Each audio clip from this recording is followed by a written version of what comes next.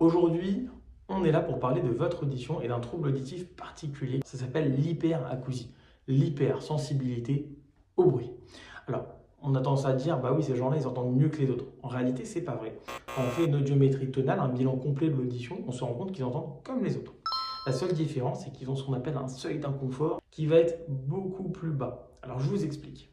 Le seuil d'inconfort, c'est le son à partir duquel je suis gêné, c'est trop fort, ça me dérange. Ces gens-là, ils vont avoir un seuil qui va être beaucoup plus bas. C'est-à-dire que vous, à partir de 100, 110 décibels, vous allez avoir le son qui va être trop fort, qui va vous faire mal à l'oreille. Eux, ils vont être à 80 décibels. Alors, comment ça fonctionne? Quelle information on a et comment travailler dessus? Je vous explique. Quand vous allez avoir une hyperacousie, vous prenez un rendez-vous déjà chez un audioprothésiste qui va procéder à un test auditif et un test d'inconfort. Il va évaluer avec précision votre hyperacousie. Parfois, vous allez voir qu'elle touche plus les aigus que les graves, par exemple. Pourquoi? Parce que la forme de l'oreille, ce qu'on appelle la cochlée, l'oreille interne, fait qu'on va avoir tendance à avoir une sensibilité accrue aux aigus. D'ailleurs, c'est pour ça qu'on perd plus les aigus avec le temps.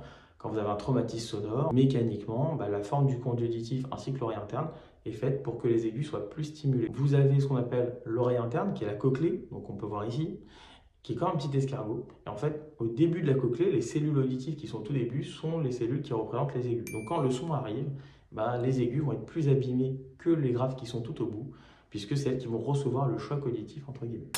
Donc on va revenir maintenant à l'hyperacousie. On entend trop fort. Quelles sont les solutions? Comment faire? Première chose, il faut comprendre que l'hyperacousie, ça peut partir. C'est-à-dire qu'en effet, on a notre oreille qui va capter le son et on a le cerveau qui va l'intégrer. Et entre les deux, on a toujours ce nerf auditif. Le nerf auditif, il va avoir un but qui va être parfois d'amplifier le son.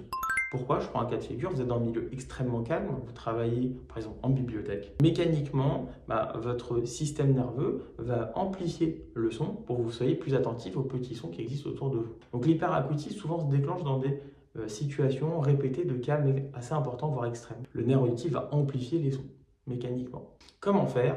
Déjà, il ne faut pas trop se protéger. Je sais que je vois beaucoup de patients avec des boules caisses, je vois beaucoup de patients avec des bouchons sur mesure qui mettent toute la journée et en fait l'hyperacousie augmente. Ils habituent leur système à moins travailler. Alors ce qu'il faut faire, c'est y travailler de façon intelligente. Deux solutions. La première, c'est que dès que vous êtes dans un milieu calme ou peu bruyant, vous ne portez surtout pas de bouchon. Vous entendez au maximum. Dès que vous êtes dans une situation bruyante, là vous avez le droit de vous protéger, mettre des protections auditives. Deuxième chose que je recommande, c'est la thérapie sonore. C'est de mettre un bruit, alors ça peut être de la musique, ça peut être un générateur de bruit blanc, qui va faire travailler de façon avancée votre audition. Vous êtes dans la journée dans le milieu calme, mettez un fond sonore.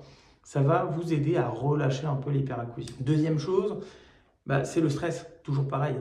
Plus vous êtes stressé, plus vous êtes fatigué, plus l'hyperacousie augmente. Donc faites attention à votre niveau de stress, de fatigue et d'anxiété. Troisième chose qu'on peut voir, c'est des solutions électroniques. On va mettre en place un appareil auditif qui va boucher l'oreille, empêcher le son de rentrer dans l'oreille et l'appareil va amplifier les sons faibles et modérés. En gros, j'entends tout ce qui est faible et modéré, par contre tout ce qui est très fort, je l'écrase grâce au bouchon qui va fermer l'oreille. C'est des cas très particuliers, très atypiques. Moi, ce que je vous recommande dans un premier temps, c'est de porter des bouchons dans les situations qui nécessitent. Vous êtes dans le métro, vous prenez les transports en commun, portez des protections auditives. Le reste du temps, faites mieux travailler votre audition. N'hésitez pas à faire de la stimulation sonore et ça va relâcher en partie l'hyperacousie. Et surtout, n'hésitez pas à consulter un audioprothésiste pour avoir plus d'informations là-dessus. La plupart du temps, il n'y a rien de particulier à acheter, c'est juste des habitudes à avoir au niveau de votre écoute pour rééduquer votre système auditif à réentendre normalement. Donc, des protections auditives, parfois juste des écouteurs avec votre téléphone sur une application suffisent à traiter et à travailler sur l'hyperacousie. C'est fini pour aujourd'hui et je vous dis à bientôt pour une prochaine vidéo.